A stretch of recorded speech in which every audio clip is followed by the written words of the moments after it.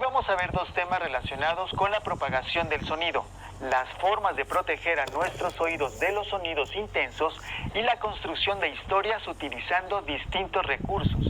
Para eso, seleccionamos unos videos para ti. Al final te haremos preguntas para que pienses un poco sobre lo que aprendiste. Disfrútalo.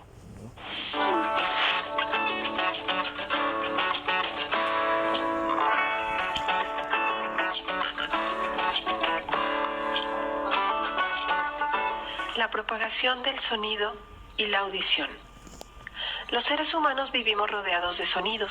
Podemos escuchar la caída de la lluvia, el canto de algunas aves, el sonido de una campana, de instrumentos musicales y hasta el zumbido de un mosquito. Algunos organismos, como los murciélagos, emiten sonidos que les permiten cazar y alimentarse, y las ballenas se comunican mediante una especie de cantos que se pueden escuchar bajo el agua y a grandes distancias. El sonido se genera cuando se producen vibraciones en algún material, aunque no siempre lo podemos percibir. Cuando un objeto es golpeado, vibra, y los objetos cercanos también, generando ondas que se propagan en el aire y nuestros oídos las perciben como sonido. Por ejemplo, cuando escuchamos a lo lejos el sonido de un tambor. Una onda es el movimiento periódico del medio en el que se propaga. Dicho medio puede ser gaseoso, líquido o sólido. Existen dos tipos de ondas, transversales y longitudinales. Cuando arrojamos una piedra al agua, se producen ondas transversales, ya que el agua vibra hacia arriba y hacia abajo y la onda se desplaza de forma horizontal, o sea, perpendicular, a la dirección en que cayó la piedra. Por otro lado, al jugar con un resorte, este y las ondas longitudinales se mueven horizontalmente, debido a que el resorte posee zonas cuyas espiras están más juntas, que son las compresiones, y en otras zonas están más separadas, son las zonas de expansiones. Los sonidos que escuchamos se deben a este tipo de ondas. Lo que escuchamos se debe a que las ondas sonoras se transmiten por el aire. También es posible escuchar sonidos dentro de los líquidos, como el agua, o a través de los sonidos, como el suelo. Por ejemplo, se puede escuchar el sonido al golpear una puerta, o un nadador puede escuchar el sonido cuando una piedra cae al agua. Si construyéramos un teléfono casero con dos botes y una cuerda, podemos escuchar la voz de un compañero cuando ésta choca contra un material elástico, como el fondo del bote, y le transmite sus vibraciones. A su vez, el fondo del bote las retransmite a la cuerda, y a través de ella llegan al otro bote, que también vibra. Así se transmite el sonido o la voz que el compañero escuchó. Un dato interesante: la ecolocalización es una percepción sensorial para explorar el medio físico a través del sonido y el eco que produce. La rapidez del sonido en el agua del mar es de 1500 metros por segundo, mientras que en el aire es de 340 metros por segundo. De modo general podemos decir que los diferentes tonos de los sonidos que escuchamos se deben al número de ondas que se generan en un segundo. Cuando el sonido es agudo, se produce un mayor número de ondas. Cuando es grave, el número de ondas es menor. La intensidad del sonido se mide en decibeles. Para la protección de las personas se han formulado regulaciones en el mundo que limitan el nivel en diferentes actividades que realiza el ser humano. La Organización Mundial de la Salud, o sea la OMS, considera 85 decibeles como el límite superior deseable. Un sonómetro es utilizado para medir la intensidad del sonido. El sonido es muy importante en nuestra vida. Podemos escuchar sonidos musicales y otros que nos advierten sobre algún suceso, como las alarmas de incendio o sismo, pero a la vez, debido a su intensidad y duración, algunos sonidos pueden perjudicarnos. Los niveles superiores a 40 decibeles y una prolongada exposición a ellos pueden provocar desde nerviosismo, falta de atención, mal humor y cansancio, hasta daños graduales al sistema auditivo, que pueden llegar incluso a producir sordera. Todos los sonidos que escuchamos viajan a través del aire y llegan a nuestros oídos en forma de ondas. Las ondas sonoras recorren el oído externo a través del conducto auditivo. Chocan en la membrana del tímpano, que se parece a la superficie de un tambor, y la hacen vibrar. El tímpano transmite esta vibración a los 3 pequeñísimos huesos ubicados en el oído medio, que son el martillo, el yunque y el estribo. Y de ahí al oído interno, donde la cóclea, que está llena de líquido, transforma la energía vibratoria en energía eléctrica, que es la forma final en que el sonido llega al cerebro. La ciencia y sus vínculos. El registro y conocimiento de los sismos es posible porque en 1904 México y otros 17 países se reunieron con el fin de crear la Asociación Sismológica Internacional. El gobierno mexicano decretó la fundación del Servicio Sismológico Nacional, SSN, el 5 de septiembre de 1910. Desde 1929, el SSN es parte del Instituto de Geofísica de la UNAM. Los sismógrafos registran temblores en el territorio nacional, principalmente en las costas del Océano Pacífico, en Veracruz y el Valle de México. El objetivo del SSN es proporcionar información oportuna sobre la ocurrencia de sismos, así como evaluar y prevenir riesgos en el ámbito nacional. Los registros históricos reportan terremotos en la República Mexicana desde 1475. Un gran sismo de magnitud 7.9 ocurrió en el año de 1911. Curiosamente, el mismo día en que Madero entraba triunfalmente a la Ciudad de México. De principios del siglo XX a la actualidad, los sismos han causado daños en Veracruz, 1973, Ciudad de México, 1957 y 1985, en Colima, en 1993 y 2003, y Mexicali, en 2010. Cierra los ojos y presta atención. ¿Cuántos sonidos escuchas?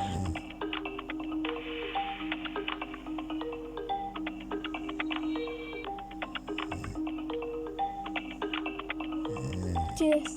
¿Puedes identificar las fuentes?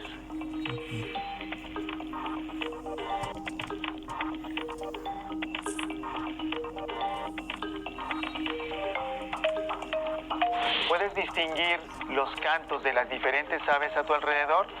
En la ciudad también tenemos aves.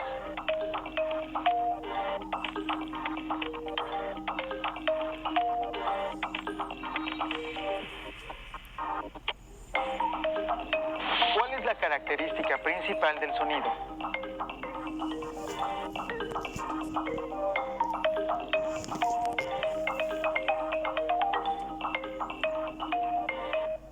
Dibuja cómo viajan los sonidos de una fuente hasta tu oído y de ahí al cerebro.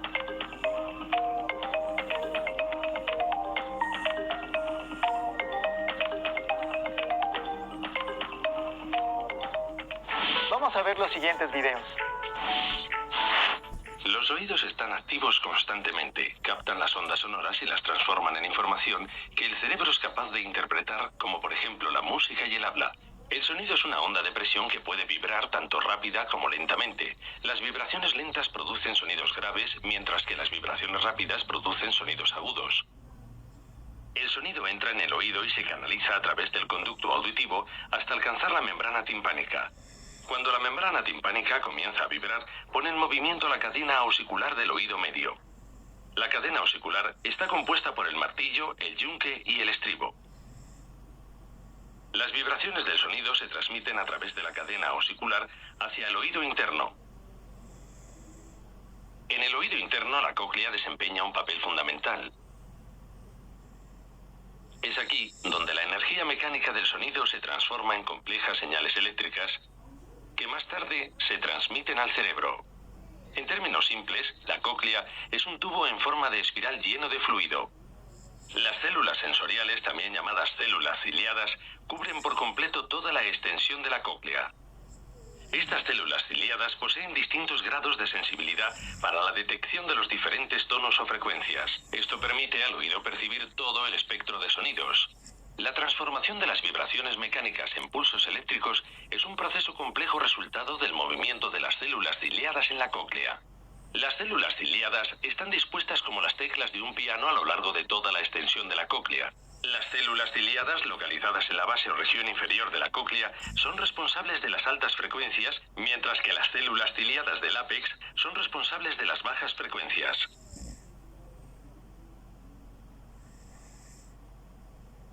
Cuando el fluido de la cóclea se pone en movimiento, provoca a su vez el movimiento de las finas estructuras de la superficie de las células ciliadas. Estos movimientos causan diferencias de tensión que producen señales eléctricas que se transmiten a través del nervio auditivo hasta llegar al cerebro. El córtex auditivo cerebral interpreta esta información como sonido, por ejemplo, como música o como habla. Toda esta sucesión de eventos, incluyendo los distintos pasos que convierten las ondas sonoras del medio ambiente en información que el cerebro es capaz de interpretar, suceden tan rápidamente que las personas pueden oír el sonido al instante y de manera continua. En este complejo proceso, existen varios factores que pueden provocar que una persona experimente una pérdida auditiva. La pérdida auditiva puede variar desde una pérdida de leve a moderada hasta una pérdida total de la audición. En general, existen 3 tipos de pérdida auditiva que difieren la una de la otra, dependiendo de la parte del oído que esté afectada, pudiendo ocurrir en el oído externo, medio o interno.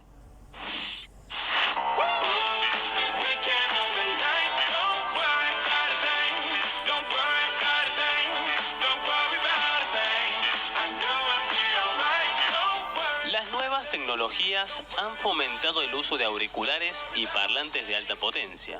Sin embargo, el uso desmesurado de estos aparatos puede dañar las células del oído.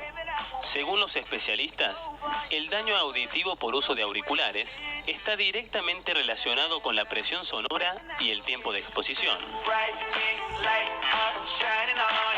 Los auriculares se pueden usar. Están ahí, yo me los puedo poner. Ahora, ¿qué pasa? ¿Es conveniente o no es conveniente? Los auriculares se pueden usar a muy baja intensidad y por un periodo corto de tiempo. No es conveniente usar auriculares todo el día o usarlo en horas y a una intensidad elevada. ¿Qué pasa? Que es muy difícil decir, a ver, cuál es la intensidad que yo puedo utilizarlo. Es una intensidad, un sonido ya empieza a dañar el oído, ya empieza a fatigar el oído, ¿sí? A 40 decibeles y lo daña a partir de 80. 80 decibeles es una intensidad, para que nosotros nos demos cuenta, es mucho menor a un boliche bailable. Un boliche bailable está alrededor de 100 decibeles, 110. Ya estamos hablando ante intensidades nocivas para el aparato auditivo. Entonces, va a depender de la intensidad, del volumen, ¿no es cierto?, que lo esté utilizando y del tiempo de exposición. A mayor volumen, mayor tiempo de exposición, un sonido es más dañino. A menor volumen, menor tiempo de exposición, es menos dañino. Lo podemos usar, pero con mucha mesura, o sea, con mucho cuidado. Yo, en lo posible, diría, no lo usen. Si podemos prescindir del auricular, sería lo ideal. La Organización Mundial de la Salud ha advertido en repetidas ocasiones que escuchar música con auriculares a un alto volumen tiene como consecuencia unos negativos efectos en el sistema auditivo. Según diversos estudios científicos, en Argentina, alrededor del 10% de las personas que usa auriculares a un volumen muy alto experimenta pérdidas auditivas. ¿Qué sucede si nosotros no protegemos nuestro oído, no hacemos prevención, si no nos cuidamos y utilizamos intensidades altas en los auriculares, cuando estamos escuchando música, cuando estamos trabajando? A veces no solamente música, a veces son retornos de equipos, ¿no es cierto?, que se está utilizando. ¿Cuál es el problema? que provoca el estímulo intenso y por un tiempo prolongado, provoca dentro del sistema auditivo una lesión irreversible. Se produce un daño en el oído interno que es lamentablemente irreversible.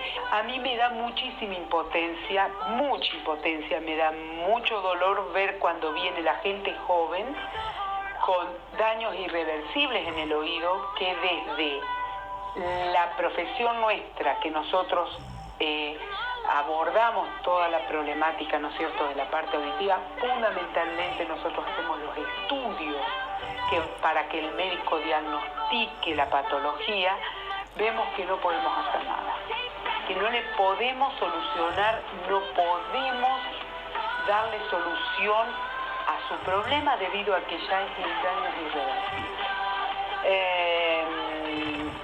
Me da mucha impotencia tener que estar equipando con un audífono una persona que lo podría haber evitado.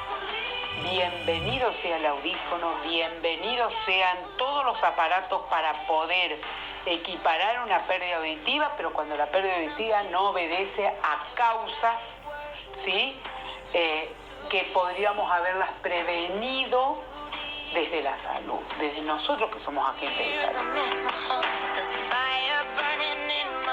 La exposición a niveles de sonido menores a 70 decibelios no produce daño auditivo independientemente de su duración, pero si este umbral sube a 85 decibelios por más de 8 horas diarias, puede ser un factor de riesgo para la audición.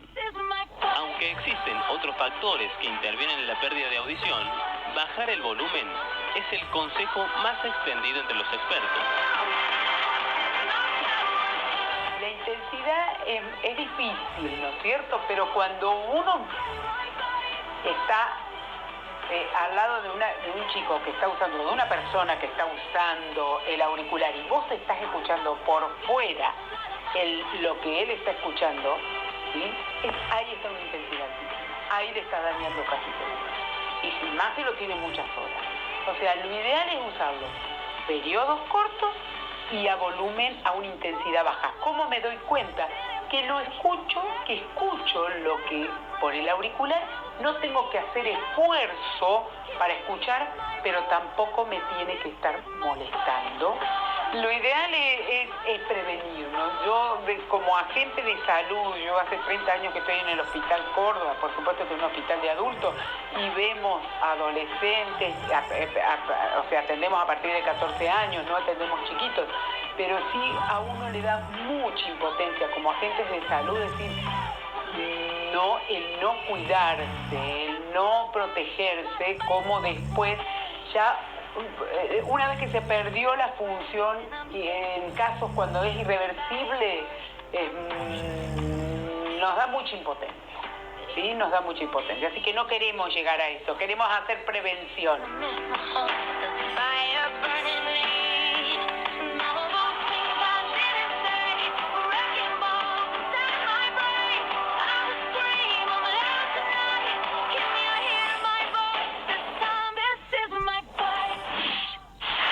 ¿Cómo se llama a la estructura del oído por la cual entran las ondas sonoras?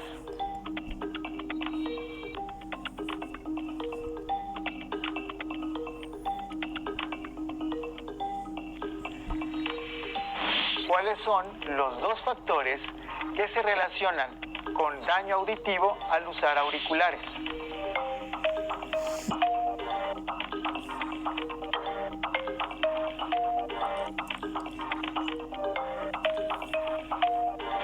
¿Cómo los podrías evitar?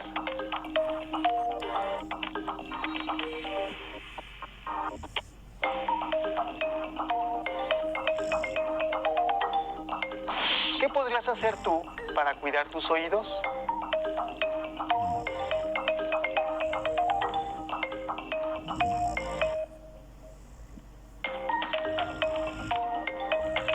¿Qué recomendaciones le harías a tu familia?